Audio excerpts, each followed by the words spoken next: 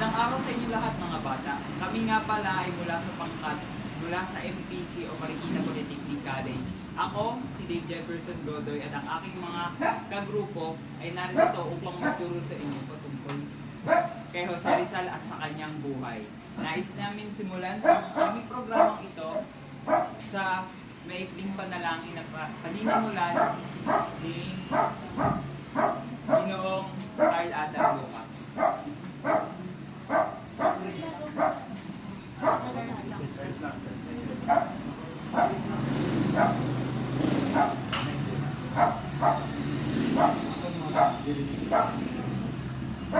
Tayo na po ay magdadasal.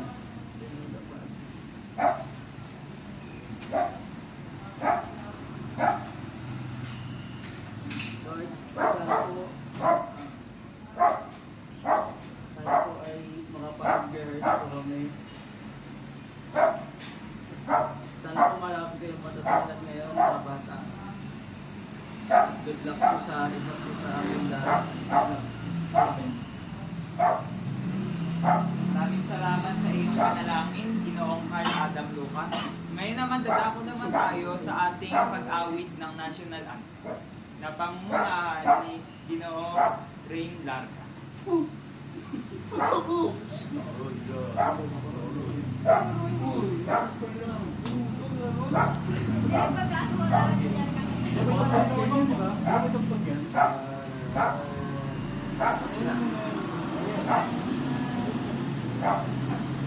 Salamat sa iyong pag-kombinasyon, Ginoong Rain Larga. Ngayon naman, amin ang sisimula ng aking pagtuturo sa inyo. Ngayon naman, dadako na tayo sa ating introduction ng aming pagtuturo. Bawat isa sa aming pangkat ay naghanda ng mga maikling pag-aaral mula sa buhay ni Rizal at sa kanyang ambag sa ating kasaysayan, mula sa kanyang pagkabata hanggang sa ating kasalukuyang panahon ngayon. Tinatawag ng muli si Ginoong Rain Larga para sa kanyang parte na ibabahagi sa ating lahat. Tayo makinig lahat mga bata. Bago tayo magsimula, nais ko munang tanongin sa inyo kung kilala niyo ba si Jose Rizal. Kung kilala niyo siya, pwede tayo magsimula sa ating talakay niya. Si Jose Rizal, si Jose Protasio Rizal Mercado y Alonso de Londo, mas kilala bilang tawag na Dr. Jose Rizal, ay pinanganak noong Hulyo 19,861 sa Calamba, Laguna. Ang kanyang mga magulang ay sina Francisco Mercado Rizal at Teodora Alonso de Londo ay pareho magsasaka, kaya sa pagsasaka na rin namulat ang kanyang mga mata. Kapito sa labing isang magkakapatid si Jose Rizal, at 3 taon pa lamang siya ay marunong na siyang bumasa at sumulat. At ang kanyang ina, ang naging gabay niya sa kanyang pagkatuto, kapansin-pansin ang pagkahilig ni Jose Rizal sa iba't ibang sahay ng karunungan. Si Jose Rizal ay, nung bata pa lamang siya, nahumaling na siya sa pagsusulat, pagguhit at pagpipinta ng kung ano-anong bagay. At naging inspirasyon niya dito ang mga nakikita niya sa bakuran, dahil dito lamang siya nakakapaglaro dahil malawak ang kanilang bakuran at pwede naman itong paglaruan ng mga bata. Bali dito na lang siya kumuha ng mga inspirasyon para sa kanyang mga proyekto. Dito, susunod.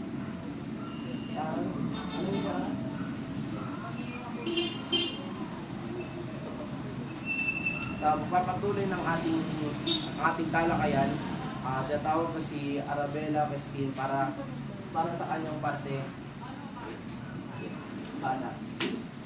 So ayun, sino nga ba si Rizal bilang isang mabuting anak? Ayon sa sensyang biological, may mga katangian ng isang tao na minana nila mula sa kanilang mga ninuno at magulang. Isa si Rizal bilang isang halimbawa nito. Mula sa kanyang ama, namana niya ang tunay na pagpapahalaga sa sarili, 4 minutes. pagmamahal sa gawa, at pagiging malaya sa pag-iisip.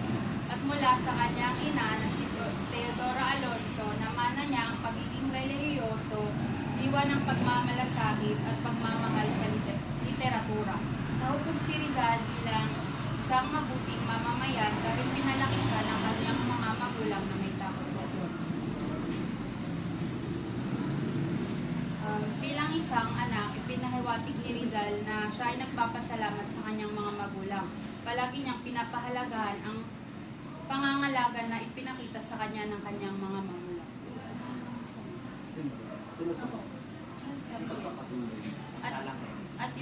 At ipagpapatuloy ang talakayan ni Binibining Julian Mongos. Para naman sa aking parte, pag-uusapan natin tungkol sa edukasyon ni Rizal. Isipin nyo na si Jose Rizal ay isang batang Pilipino na sobrang talino at sipag sa pag-aaral. Una siyang nag-aral sa isang maliit na paaralan at doon siya natuto ng mga unang letra at numero. Gustong-gusto niya ang pag-aaral, kaya naman nagpatuloy siya sa Ateneo de Manila para sa mataas na paaralan. Habang lumalaki si Rizal, mas lalo pa niyang gustong matuto, kaya naman tumungo siya sa Universidad ng Santo Tomas upang magkolehiyo. Hindi siya naging kontento sa Pilipinas lamang, kaya naman nagpasa siyang mag-aral sa Madrid sa malayong bansang Espanya. Sa paglipad niya papuntang Europa, parang nagsimula ang isang masayang adventure ni Rizal. Doon siya natuto ng mga maraming bagong bagay, nagkaroon ng maraming kaibigan, nakakita ng magandang tanawin. Habang nag-aaral siya sa iba't ibang lugar sa Europa, lagi niyang dala ang pangarap na matulungan ang mga Pilipino na maging malaya at maligtas. Hanggang sa pagbalik niya sa Pilipinas, pinamalas niya ang mga bagong natutunan sa pamamagitan ng kanyang mga akda at gawain. Dahil dito, itinulog siya ng marami bilang bayani ng ating bansa. Sa pagpapatuloy, tinatawag ko si Ginoong Dave Jefferson Godoy sa kanyang parte. Salamat sa inyong mga kaisipang Salamat sa inyong mga kaisipang pinahagi sa atin lahat. Ngayon naman, para sa aking parte, atin naman tatalakayin ang pagkuha ni Jose Rizal sa kanyang kursong profesional bilang doktrina. Bukod tangi ang kanyang pagkakaroon ng pagmamahal sa pag-aaral at edukasyon. Mula sa pagsilang ng ating pambansang bayani, si Dr. Jose Rizal ay katanging-tanging halimbawa ng isang henyo na sa maraming larangan na naging pinakadakilang bayani sa isang nasyon. Dahil dito biniyayaan siya ng Diyos na maraming talino, may hanay siya sa ibang henyo sa buong daigdig. Kilala si Jose Rizal sa kanyang sipag at tiyaga sa pag-aaral. Kaya hindi naman niya ito napabayaan at ang kanyang edukasyon ay patuloy na nakikilala sa kanyang panahon. Siya ay isang doktor, siya ay kilala bilang siruhano sa mata o mas kilala bilang surgeon sa mata. Siya ay isa ding makata na isa ding mandudula, mananalaysay, manunulat, arkitekto, pintor, eskultor, edukator, lingwista, musiko, naturalista, etnolohista, agrimensor, inhenyero, magsasamang negosyante, ekonomista at geografo at sa maraming profesyon pang kanyang pinagkuha, pero sa isang profesyon natin siya mas kilala. Dito ang pagkuha niya sa kanyang doktrina. Ito ang mga katangian ni Rizal sa kanyang lubos sa pagmamahal sa edukasyon. Nais kong tawagin si Binibining Charity sa pagpapatuloy ng ating talakayan. So ayun, mga bata, ang tatalakay natin ngayon ay ang mga naging kasintahan ni Rizal. Ito ay si Julia Celeste Smith, si Gunda Katigbak, Jacinta Eduardo Laza, Leonor Valenzuela, Leonor Rivera, Consuelo Rey, Jetty, Nelly Bostet, Saiko Usoy, Suzanne Jacobe, Pastora Nesario Carrion, at ang kanyang asawa na si Josephine Bracken. Ipinanganak si Bracken noong Oktubre 1876, ang kanyang mga magulang ay sina James Bracken at Elizabeth Jane McBride, mga Irish. Ngunit namatay ang ina niya na sa panganganak, kaya't inalagaan siya ni Ginoong George Toffer. Inilarawan ni Rizal si Bracken bilang isang babaeng Irish na 18 na taong gulang, may gintong buhok, asul na mata at simpleng manamit pero elegante. Nagkita sila ni Rizal sa paggamot ni Bracken si Toffer kay Rizal sa dapitan. Pagkalipas ng isang buwan, nagpasya ang dalawa na magpakasal. Subalit nalaman nito ni Ginoong Toffer. Nagbalik si Toffer sa Hong Kong. Bumalik si Bracken sa dapitan upang magpakasal kay Rizal. Ngunit tinanggihan ito ni Padre Obak, kaya sila'y naghawak kamay at ikinasal sa kanilang sarili.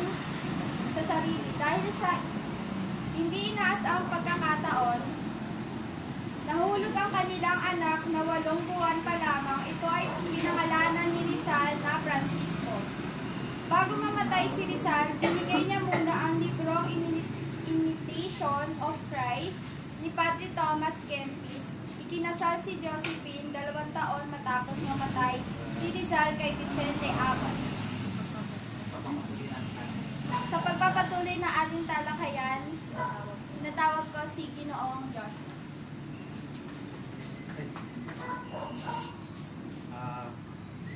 Maraming salamat.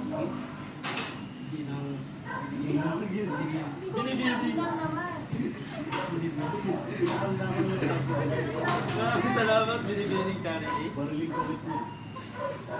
Ang aking paksa ay patungkol sa pagluwas ni Rizal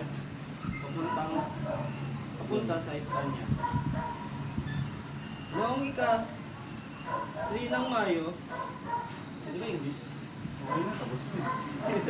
Noong Mayo 1882, lumisan si Jose Rizal patungo sa Espanya upang mag-aral ng medisina at iba pang larangan katulad ng sining. Sa kanyang pagluwas, dala niya ang layunin na makapag-aral at makapagtagumpay para sa kanyang bayan. Sa pamamagitan ng edukasyon at pagsusulat, nais niyang ipakita ang kahalagahan ng kaalaman at pagbabago sa lipunan. Sa Espanya, naging aktibo si Rizal sa kilusan laban sa kolonyalismo at korupsyon. Pinakita niya ang kanyang talino at pagsusulat at pagpapahayag ng mga ideya tungkol sa kalayaan at karapatan ng mga Pilipino. Sa kabila ng mga hamon at pagsubok sa kinaharap ni Rizal, hindi siya sumuko sa kanyang misyon na itaguyod ang kanyang kalayaan at dignidad sa Pilipinas. Ang kanyang pagluwas patungo sa Espanya ay nagdulot ng malaking epekto hindi lamang sa kasaysayan ng Pilipinas, kundi maging sa mundo, sa buong mundo. At ipagpapatuloy ang talakayan kaya tinatawag ko si Ginoong Clyde. Salamat. Ay, ulat. Yun. Kilala natin si Dr. Jose Rizal. Pero ano ba ang mga larawan ni Dr. Jose Rizal? Si Dr. Jose Rizal ay marunong magkita, ulit, magilok, at magaling siya sa nobela. Mas lalo po nakilala dahil sa dalawa niyang nasulat. At ito ang Noli Me Tangere at El Filius Turismo. Dahil sa kanyang kakayahan at talento ay naiinganyo na ng mga kabataan na mag-iisang magaling na makata. Dahil ng panahon ni Rizal ay pag marunong kang magsalita ng makata, ay tingin nila sa iyo ay may mataas kang pinag-aralan. Ilang bata, katulad nyo, sana maging bukas ang ating mga isipan sa mga bagay-bagay para malaman natin ang ating mga kakayahan at talento na nakakatulong sa ating mga kapwa. Sa pagpapatuloy ay tatawagin ko si Ginoong Lucas.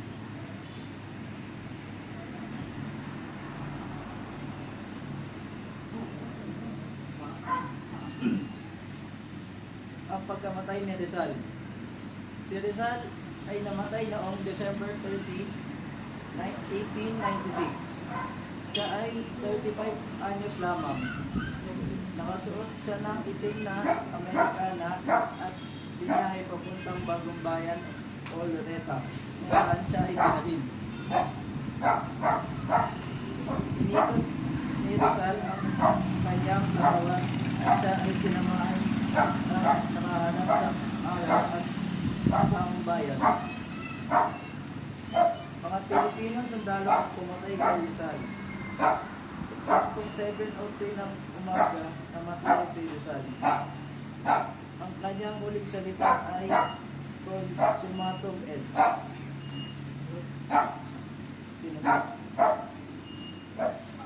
Sa pagpapatuloy, tatanungin ko si Ginoong Galitan.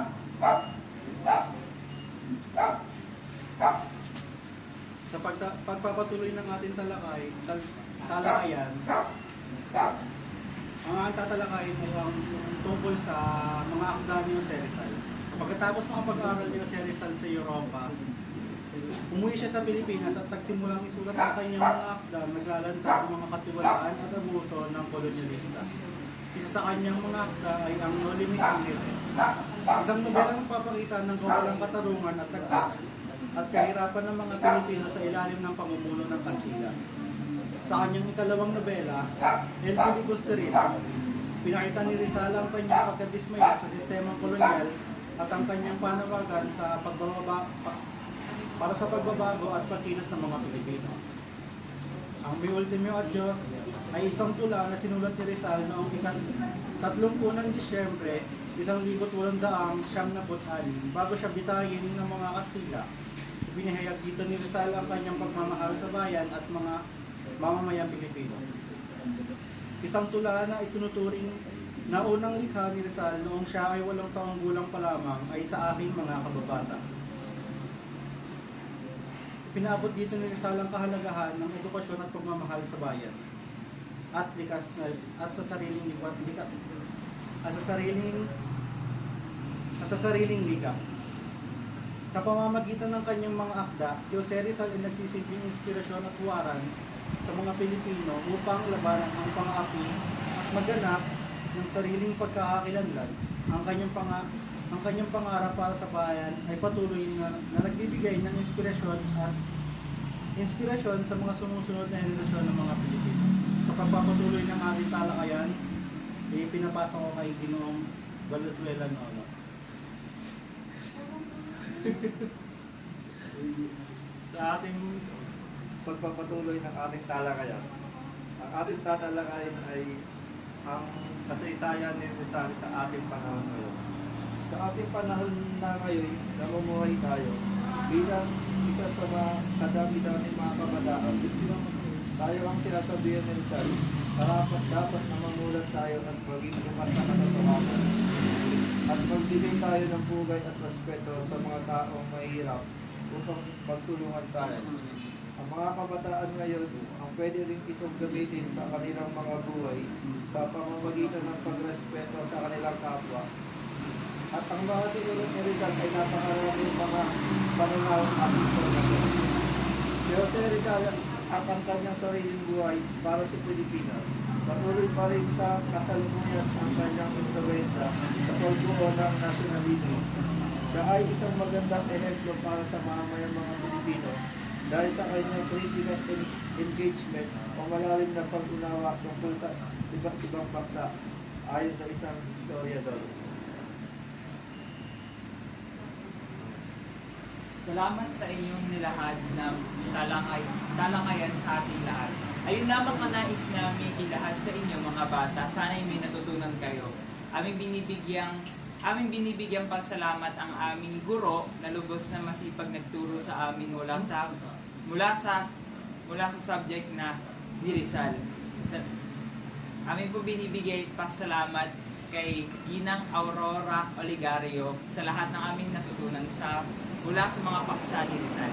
Salamat sa inyong oras mga bata. Yun lamang po. Ilan boy? Sabay. Grabe pala. Uwi na tayo.